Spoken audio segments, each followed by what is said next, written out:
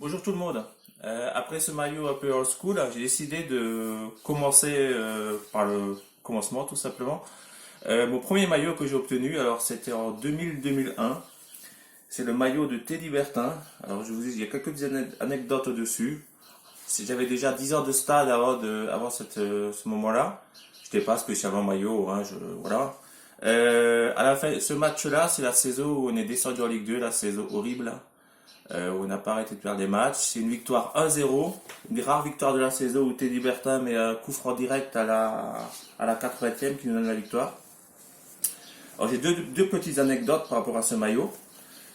À la fin du match, on est tous au grillage sur l'ancienne Méno. On attend les joueurs, on est derrière les buts.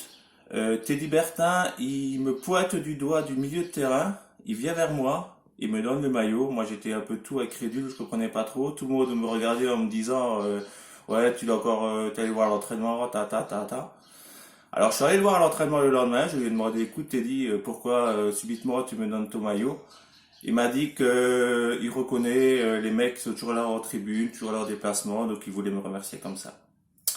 Deuxième petite anecdote sur ce maillot.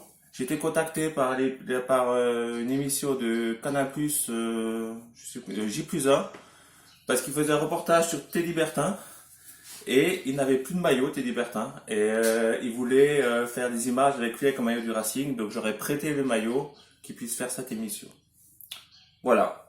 Donc le maillot de Teddy Bertin, un joueur qui est passé par le Racing, qui a quand même laissé une petite empreinte, qui s'est toujours battu.